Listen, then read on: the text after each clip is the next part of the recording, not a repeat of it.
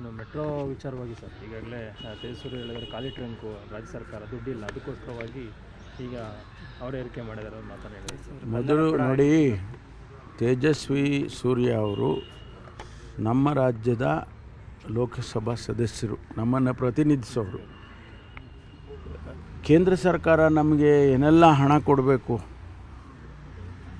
ಅದು GST portion ಇರ್ಬೋದು, ನೀರಾವರಿ ಯೋಜನೆಗಳಿರ್ಬೋದು, ಅಥವಾ ಬೇರೆ ಬೇರೆ ಇನ್ಫ್ರಾಸ್ಟ್ರಕ್ಚರ್ಗೆ ಕೇಂದ್ರ ಸರ್ಕಾರ ಕೊಡಬೇಕಲ್ವ, ಅವ್ರ ಭಾಗ ಅವರ ಪಾಲು ಕೊಡಬೇಕಲ್ವ.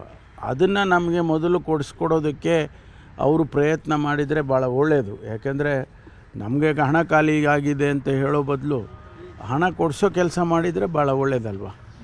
Is a proactive member of parliament.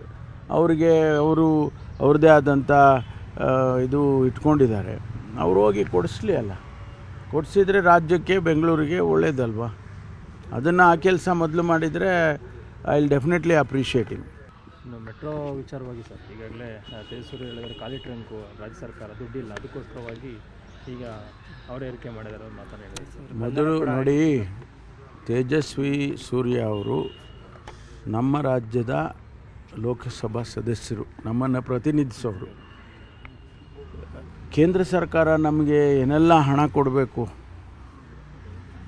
ಅದು GST ಪೋರ್ಷನ್ ಇರ್ಬೋದು, ನೀರಾವರಿ ಯೋಜನೆಗಳಿರ್ಬೋದು, ಅಥವಾ ಬೇರೆ ಬೇರೆ ಇನ್ಫ್ರಾಸ್ಟ್ರಕ್ಚರ್ಗೆ ಕೇಂದ್ರ ಸರ್ಕಾರ ಕೊಡಬೇಕಲ್ವ, ಅವ್ರ ಭಾಗ ಅವರ ಪಾಲು ಕೊಡಬೇಕಲ್ವ. ಅದನ್ನು ನಮಗೆ ಮೊದಲು ಕೊಡಿಸ್ಕೊಡೋದಕ್ಕೆ ಅವರು ಪ್ರಯತ್ನ ಮಾಡಿದರೆ ಭಾಳ ಒಳ್ಳೆಯದು. ಯಾಕೆಂದರೆ ನಮಗೆ ಹಣ ಖಾಲಿ ಆಗಿದೆ ಅಂತ ಹೇಳೋ ಬದಲು ಹಣ ಕೊಡಿಸೋ ಕೆಲಸ ಮಾಡಿದರೆ ಭಾಳ ಒಳ್ಳೆಯದಲ್ವ. Is a proactive member of parliament.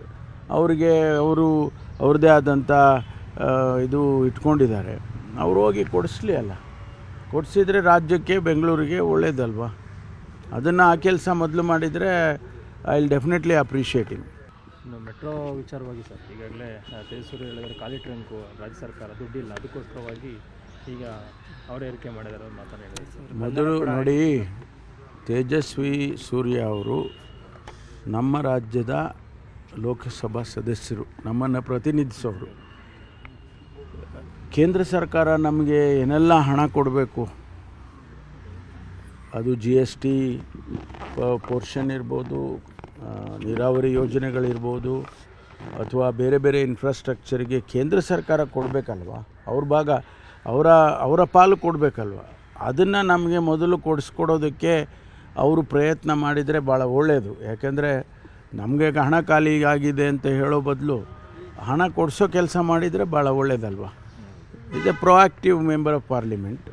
ಅವರಿಗೆ ಅವ್ರದ್ದೇ ಆದಂಥ ಇದು ಇಟ್ಕೊಂಡಿದ್ದಾರೆ, ಅವರು ಹೋಗಿ ಕೊಡಿಸ್ಲಿ ಅಲ್ಲ. ಕೊಡಿಸಿದರೆ ರಾಜ್ಯಕ್ಕೆ, ಬೆಂಗಳೂರಿಗೆ ಒಳ್ಳೇದಲ್ವ. ಅದನ್ನು ಆ ಕೆಲಸ ಮೊದಲು ಮಾಡಿದರೆ I will definitely appreciate him. Thank you.